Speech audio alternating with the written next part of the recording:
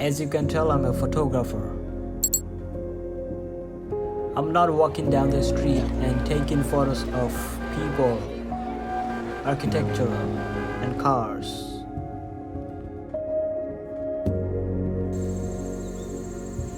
I like to come close to nature. Water, trees, birds. Once someone said the time spent among trees is never wasted time. You have to love nature in the first place to become a good nature photographer. You need to understand it better like a good friend. Every photographer has a frame in their mind. Then the frame needs to be filled with objects like grass, water, trees, sky. I quite like this view.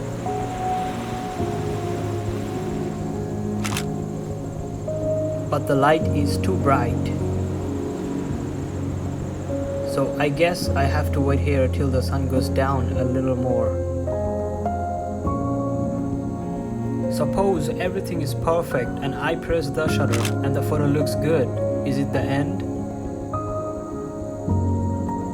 Not necessarily. I want to give my photo a distinct look and fix all the mistakes that I might have done while taking it.